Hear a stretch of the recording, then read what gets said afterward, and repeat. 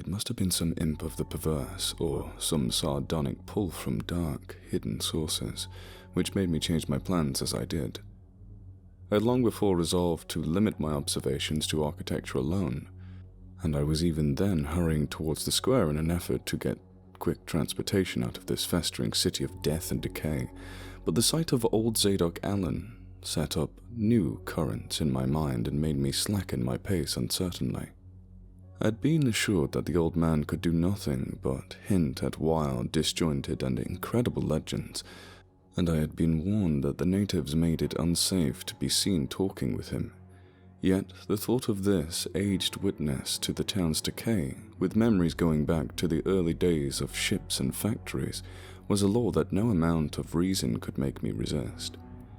After all, the strangest and maddest of myths are often merely symbols or allegories based upon truth, and old Zadok must have seen everything which went on around Innsmouth for the last 90 years. Curiosity flared up beyond sense and caution, and in my youthful egotism, I fancied I might be able to sift a nucleus of real history from the confused, extravagant outpouring I would probably extract with the aid of a raw whiskey. I knew that I could not accost him then and there, for the firemen would surely notice and object. Instead, I reflected, I would prepare by getting some bootleg liquor at a place where the grocery boy had told me it was plentiful. Then I would loaf near the fire station in apparent casualness, and fall in with old Zadok after he had started on one of his frequent rambles. The youth had said that he was very restless, seldom sitting around the station for more than an hour or two at a time. A quart bottle of whiskey was easily, though not cheaply, obtained in the rear of a dingy variety store just off the square in Elliot Street. The dirty-looking fellow who waited on me had a touch of the staring Innsmouth look, but was quite civil in his way, being perhaps used to the custom of such convivial strangers, truckmen, gold buyers, and the like, as were occasionally in town. Re-entering the square, I saw that luck was with me, for, shuffling out of Payne Street around the corner of the Gilman house, I glimpsed nothing less than the tall, lean, tattered form of old Zadok Allen himself. In accordance with my plan, I attracted his attention by brandishing my newly purchased bottle, and soon realized that he had begun to shuffle wistfully after me as I turned into Waite Street, on my way to the most deserted region I could think of. I was steering my course by the map the grocery boy had prepared, and was aiming for the wholly abandoned stretch of southern waterfront which I had previously visited. The only people in sight there had been the fishermen on the distant breakwater, and by going a few squares south I could get beyond the range of these, finding a pair of seats on some abandoned wharf and being free to question old Zadok unobserved for an indefinite time. Before I reached Main Street, I could hear a faint and wheezy, "Hey, mister!" behind me, and I presently allowed the old man to catch up and take copious pulls from the quart bottle. I began putting out feelers as we walked amidst the omnipresent desolation and crazily tilted ruins, but found that the aged tongue did not loosen as quickly as I had expected. At length I saw a grass-grown opening towards the sea between crumbling brick walls, with the weedy length of an earth and masonry wharf projecting beyond. Piles of moss-covered stones near the water promised tolerable seats, and the scene was sheltered from all possible view by a ruined warehouse on the north. Here, I thought, was the ideal place for a long, secret colloquy, so I guided my companion down the lane and picked out spots to sit amongst the mossy stones. The air of death and desertion was ghoulish, and the smell of fish almost insufferable, but I was resolved to let nothing deter me. About 4 hours remained for conversation if I were to catch the 8 o'clock coach out for Arkham, and I began to dole out more liquor to the ancient tippler, meanwhile eating my own frugal lunch. In my donations, I was careful not to overshoot the mark, for I did not wish Zadok's vinous garrulousness to pass into a stupor. After an hour of his furtive taciturnity, shrewd signs of disappearing, but to my disappointment, he still sidetracked my questions about Innsmouth and its shadow-haunted past. He would babble of current topics, revealing a wide acquaintance with newspapers and great tendency to philosophize in a sententious village fashion. Toward the end of the second hour, I feared my quart of whiskey would not be enough to produce results, and was wondering whether I had better leave old Zadok and go back for more. Just then, however, chance made the opening which my questions had been unable to make, and the wheezing ancient's ramblings took a turn that caused me to lean forward and listen alertly. My back was towards the fishy-smelling sea, but he was facing it, and something or other had caused his wandering gaze to light on the low, distant line of Devil Reef. Then, showing plainly and almost fascinatingly above the waves. The sight seemed to displease him, for he began a series of weak curses and ended in a confidential whisper and a knowing leer. He bent towards me, took a hold of my coat label, and hissed out some hints that could not be mistaken. "There's where it all began. That cursed place of all wickedness where the deep water starts. Gates of hell, sheer drop down to the bottom of Soden Line Kintench. Old Captain Obed done it. Him that found out more than what was good for him in that southern sea island. Everybody was in a bad way them days. Trade falling off, mills losing business, even new ones. And the best of our menfolks killed to privateering in the War of 1812, or lost with the Elizzy, Brig, and the Ranger Scow, both of them Gilman Venters. Obed Marsh, he had 3 ships afloat, Brigantine Columbia, Brig Hefty, and Barkey Summentry Queen. He was the only one that kept on with the East India and Pacific trade. Though Edris Martin Bricantine's Malay bride made a venter as late as 28. Never was anyone like Captain Obed, old limb of Satan. I can mind him telling about foreign parts and calling all the folks stupid for going to Christian meeting and bearing their burdens meek and lowly. Sees they oughter get better gods like some old folks in the Injies. Gods as who'd bring 'em good fishing in return for their sacrifices, and who'd really answer folks' prayers. Matt Elliot was first mate. Talked a lot too, only he was agin folks doing any heathen things. Told about an island east of Heath where there was lots of old stone ruins older than anyone knew anything about. Kinda like them on the Penate in the Carolines, but with carvings of faces that looked like big statues on Easter Island. There was a little volcanic island near there too, where they was ruins of different carving. Ruins all wore away like they'd been under the sea, and with pictures of awful monsters all over 'em. Well, sir, Matt says the natives round there had all the fish they could catch, and sported bracelets and armlets and head rings made out of old queer gold and covered with pictures of monsters, just like the old carved ruins on that little island. Sort of frog-like fishes or fish-like frogs that was drawed in all kinds of positions like they were human beings. Nobody could get out of them where they got all that stuff. And all the other natives wondered how they managed to find fish in plenty even though the very next island had lean pickings. Matt, he got wondering too, and so did Captain Obed. Obed, he notices. Besides that, lots of handsome young folk could drop out of sight for good from year to year, and that there weren't many folks around. Also, he thinks some of the folks looked dint queer, even for Kanakis. It took Obed to get the truth out of them heathen. I don't know how he done it, but he begun by trading for them good-like things they wore. Asked them where they come from, and if they could get more, and finally worm the story out of their old chief, Malakia they called him. Nobody but Obed would have believed the old yeller devil, But Captain could read folks like they were books. Nobody believes me now when I tell him. And don't suppose you will, young feller. Though come to look at ye, you have got those shot-breeding eyes like Obed had.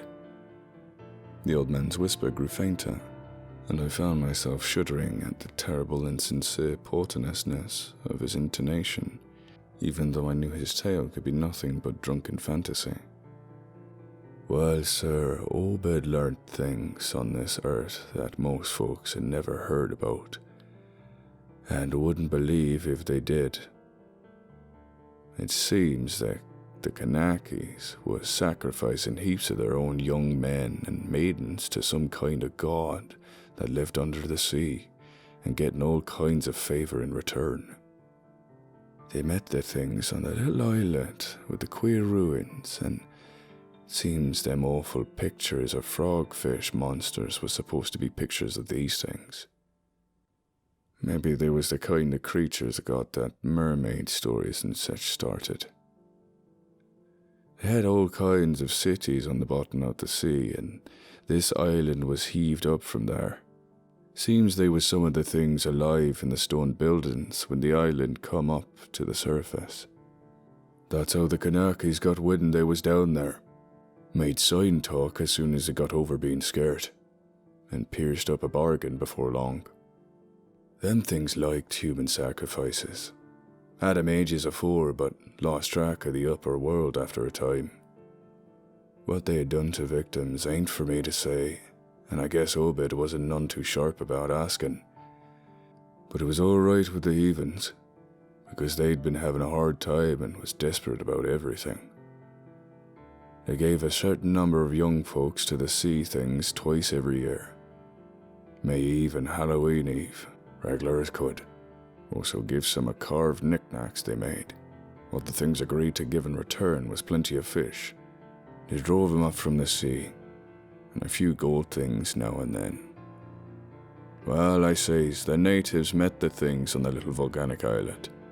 Go in there in canoes with sacrifices, etc., and bringing back any of the gold-like jewels as was coming to 'em. At first, the things never did go onto the main island, but after a time they come to want to. Seems they hankered after a mixing with the folks, and having joint ceremonies on the big days. May Eve and Halloween. You see, they was able to live both in and out of water. What they call amphibians, I guess. The Kanaki's told them how the folks on the other island might want to wipe them out if they got wind of their being there. But they say they don't care much, because they could wipe out a whole brood of humans if they were willing to bother. That is, any as didn't be certain signs, such as used by lost old ones, whoever they was. But not wanting to bother, they'd lay low when anybody visited the island. When it came to mating with them toad-looking fishes, the Kanaki's kinda balked. But finally they learned something as put a new face on the matter. Seems the human folks had got a kind of relation to such water beasts, that everything alive come out of the water once and only needs a little change to go back again. Them things told the Kanaki's that if they mixed bloods, there'd be children as would look human at first, but later turn more and more like the things, till they finally take to the water and join the main lot of them down there. And this is the most important part, young feller.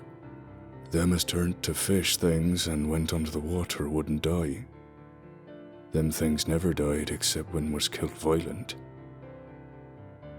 Well, sir, it seems by the old Obed knowed them islanders was full of fish blood from deep water things.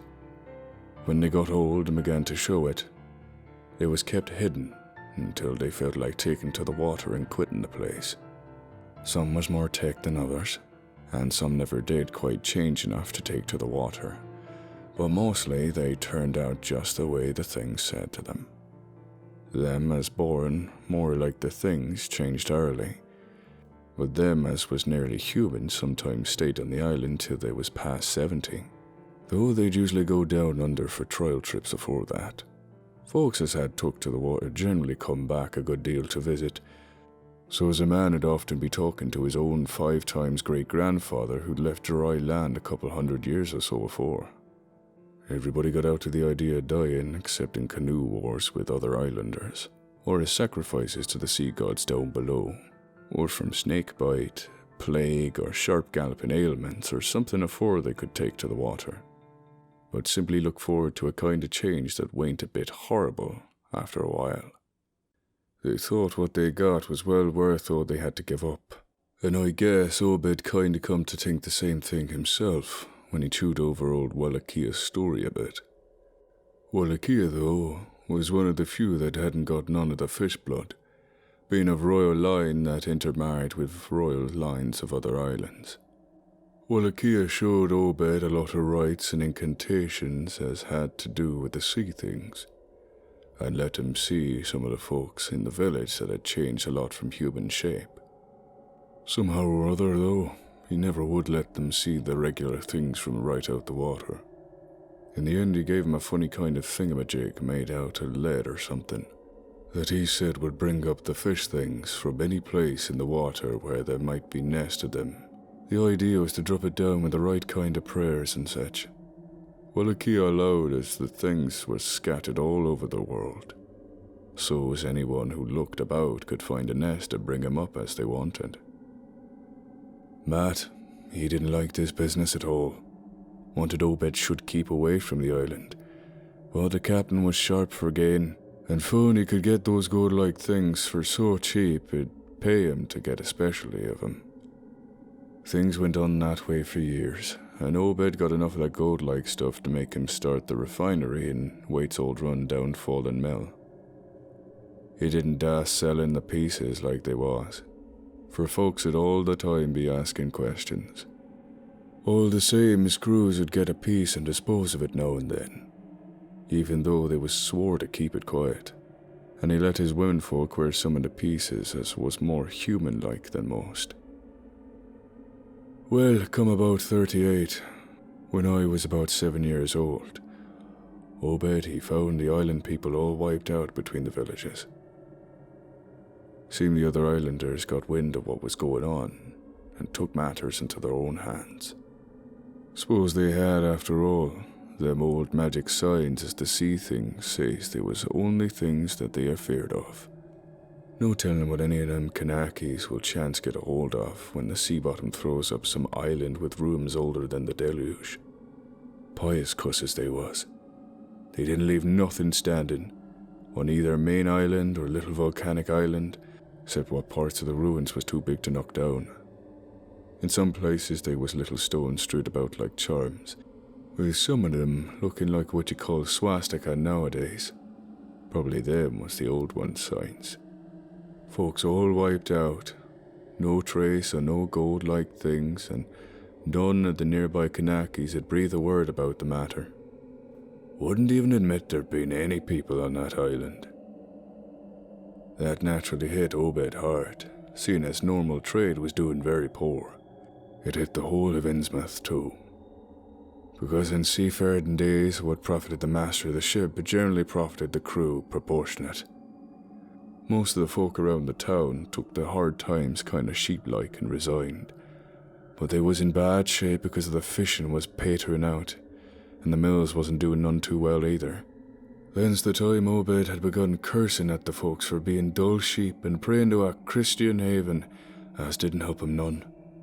He told him he knowed of folks as prayed to gods that give him something you really need, and says he knows of a good bunch of men who'd stand by him.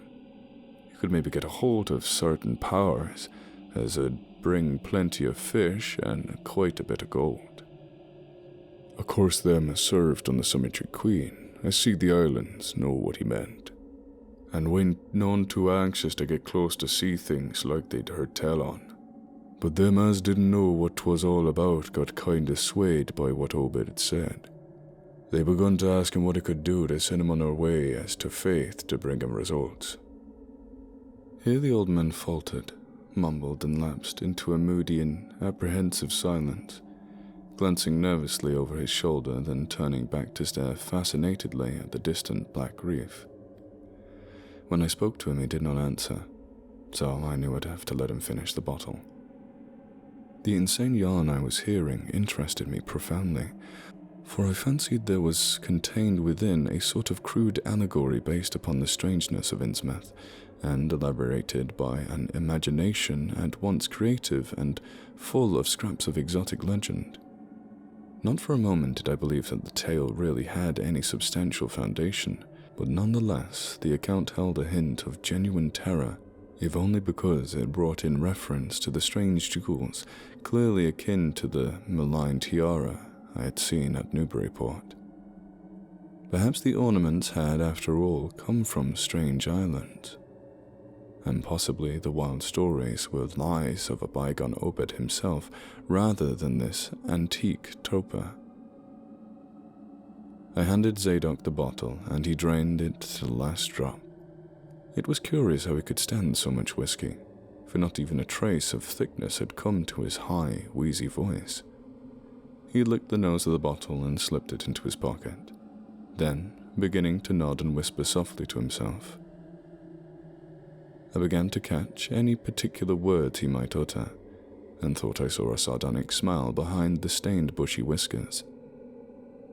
Yes, he was really forming words, and I could grasp a fair portion of them. Poor Matt. Matty, Alice was agin it.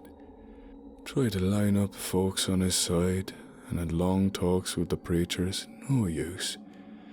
They run the congregational parsons out of town, and the Methodist feller quit. Never did see Resolve Babcock, the Baptist parson, again. Wrath of Jehovah. I was a mighty little critter, but I heard what I heard and seen what I seen. Dagon and Ashtoreth, Belial and Beelzebub, golden calf and the idols on Canaan and the Philistines, Babylonish abominations, many, tekel, oppressing. He stopped again, and from the look of his watery blue eyes, I feared he was close to a stupor after all. But when I gently shook his shoulder, he turned on me with astonishing alertness and snapped out some more obscure phrases. Don't you believe me, hey? Hey. Then just tell me, young feller, why'd Captain Obed and 20-odd other folks used to row out to Devil's Reef in the dead of night and chant things so loud you could hear 'em all over town when the wind was right?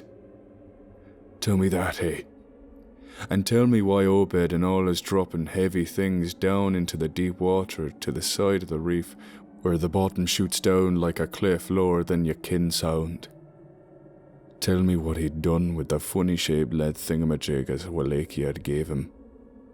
Hey lad, and what did they all howl on May Eve and again next Halloween? And why the new church parsons, fellers that used to be sailors, hear them queer robes and cover theirselves with them gold-like things Obed brung, eh? The watery blue eyes were almost savage and maniacal now, and the dirty white beard bristled electrically. Old Zadok probably saw me shrink back, for he began to cackle evilly. Beginning to see, eh? Maybe like to have been me them days, when I'd seen things at night out at sea from a couple atop my house. Oh, I can tell you little pictures have big ears, and I wasn't missing nothing of what was gossiping about Captain Obed and the folks about the reef. Oh. How about the night I took my past ship glass up to the cup below and seed the reef a bristling thick with shapes that dove off quick soon the moon rise? Obed and the folks was in a dory, but them shapes dove off the far side into the deep water and never came up. How'd you like to be a little shaver alone up in a couple of watching shapes as wasn't human shapes, eh? The old man was getting hysterical, and I began to shiver with a nameless alarm. He laid a gnawed claw on my shoulder, and it seemed to me that its shaking was not altogether that of mirth. Suppose one night you see something heavy heaved off Obed's story beyond the reef, and then learn next day a young feller was missing from home. Hey, did anybody ever see the hide nor hair of Hiram Gilman again? Did they? And Nick Pierce? And Lily Waite? And Adoniram Southwick? And Harry Garrison, hey? Shapes talking sign language with their hands. Them as had real hands. Well, sir, that was the time Obed begun to get his feet again.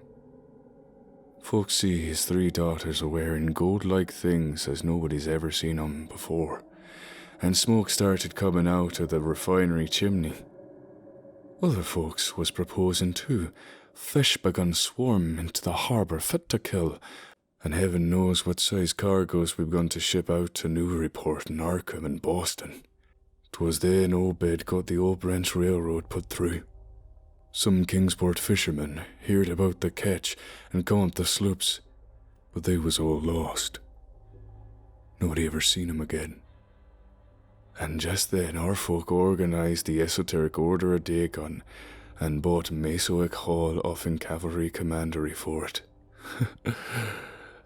Matt Elliott was a mason and aching to sellin', but he dropped out his sight just then.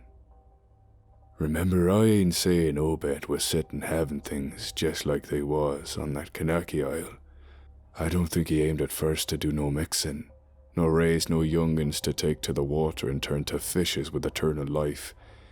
He wanted them gold things and was willing to pay heavy, and I guess the others was satisfied for a while.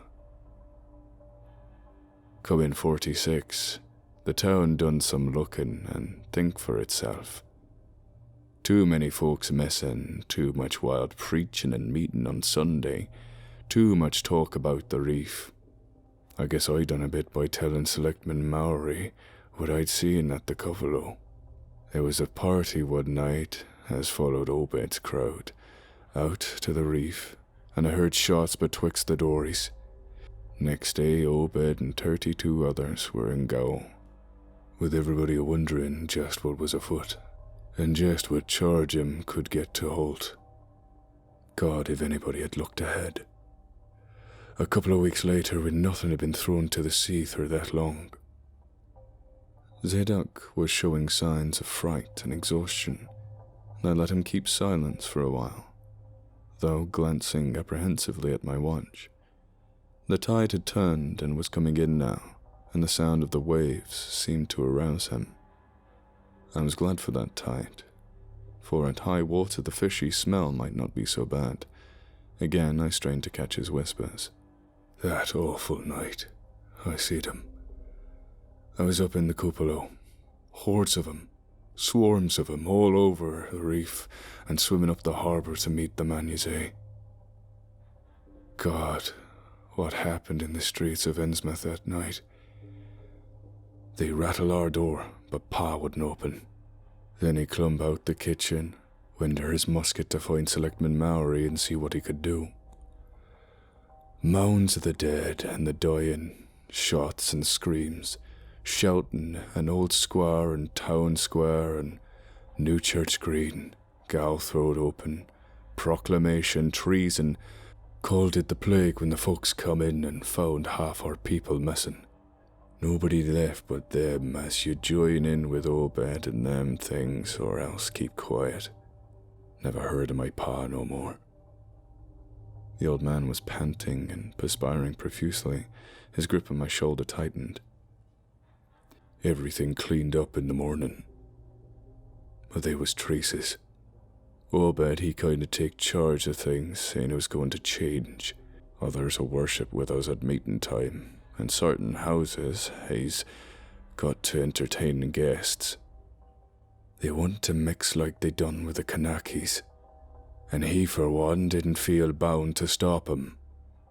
Far gone was Obed, just like a crazy man on the subject.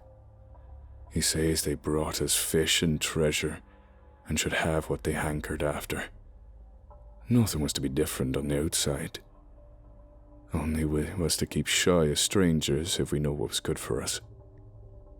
We all had to take the oath o' Dagon, and later on they was second and third oaths that some of us took. Them as was held special. gave special rewards, gold and such. No use balking, for there were millions of 'em down there.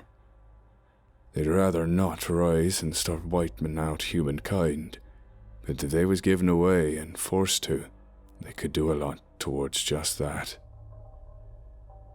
We didn't have them old charms to cut 'em off like folks in the South Sea did, and them Kanakis wouldn't never give away their secrets.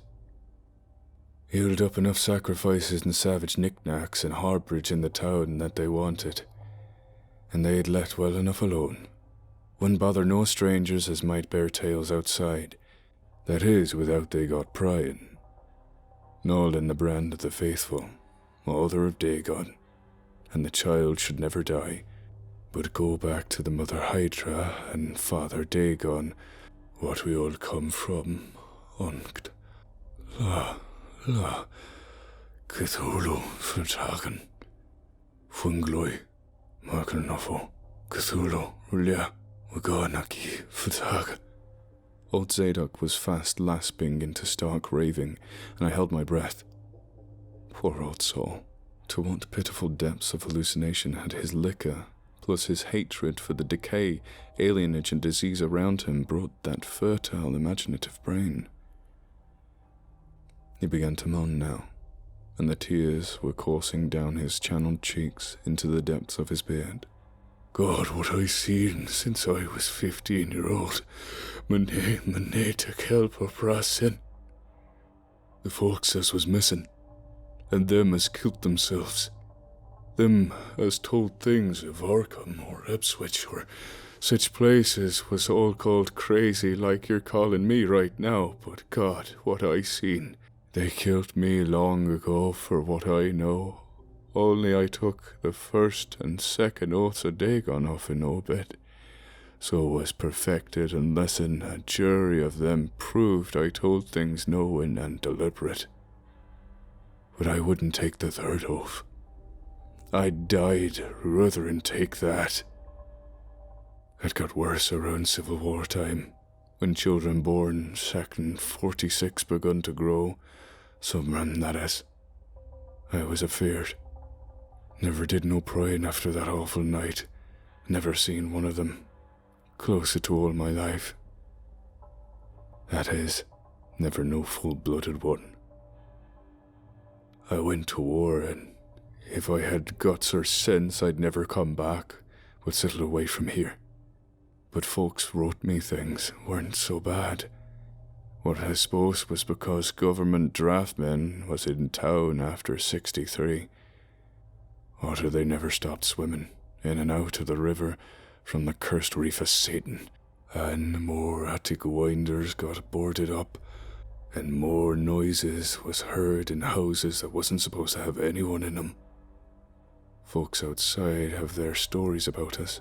Suppose you've heard plenty of 'em, seeing what questions you've asked. Stories about things they've seen now and then, and about their queer jewelry as still comes from somewheres and ain't all quite melted up, but never gets stiff in it. Nobody will believe nothing. They call them gold things like pirate loot, and allow the Innsmouth folk foreign blood or is distempered or something. Besides, them that lives here shoo off many strangers as they can. It encourage the rest not to get curious, especially around night time. Beasts bark at the critters, horses worse than mules. But when they got autos, that was all right. In 46, Captain Obed took a second wife that nobody in the town never see. Some says he didn't want to, but was made by them as it called in. Had 3 children by her. 2 has disappeared young. But one gal as looked like anybody else and was educated in Europe. Obed finally got her married off by a trick to an Arkham feller and didn't suspect nothing. But nobody outside'll have nothing to do with Innsmouth folk now. Barnabas Marsh, that runs the refinery now, is Obed's grandson by his first wife, son of Onesiphorus, his eldest son, but his mother was another of 'em that weren't never seen outdoors. Right now, Barnabas is about changed. Can't shut his eyes no more. It's all out of shape. He still wears clothes, but he'll take to the water soon. Maybe he's tried already. They do sometimes go down for little spells, afore they go down for good. Ain't been seed about the public for nigh over 10 year. Don't know how his poor wife kin feel. She come from Ipswich, and they nigh lynched Barnabas when he courted her 50-odd year ago. Obed, he died 78, and all the next generation is gone now. The first wife's children are dead, and the rest, God knows. The sound of the incoming tide was now very insistent, and little by little it seemed to change the old man's mood from maudlin tearfulness to watchful fear. He'd pause now and then to renew his nervous glances over his shoulder or out towards the reef. And despite the wild absurdity of his tale, I could not help beginning to share his apprehensiveness. Zadok now grew shriller, seemed to be trying to whip up his courage with louder speech. "Hey you, why don't you say something? How'd you like to be living in a town like this, with everything rotten and dying and boarded up, monsters crawling, bleating and barking and whooping around black cellars and attics every way you turn? Hey, how'd you like to hear the howling night after night from the churches over old Dagon Hall, and know what's doing part of the howling? How'd you like to hear what comes from the awful reef every May Eve and Halloween Mass? Hey. Think the old man's crazy, eh? Well, sir, let me tell you, that ain't the worst." Zadok was really screaming now, and the mad frenzy of his voice disturbed me more than I care to own. "Curse you didn't sit there staring at me with them eyes. I tell Obed Marsh he's in hell, and he's got to stay there. In hell, I says, can't get me. I ain't done nothing, nor told nobody nothing." "Oh, you young feller. Well, even if I hadn't told nobody nothing yet, I ain't going to now. Yes, just sit still and listen to me, boy. This is what I ain't never told nobody.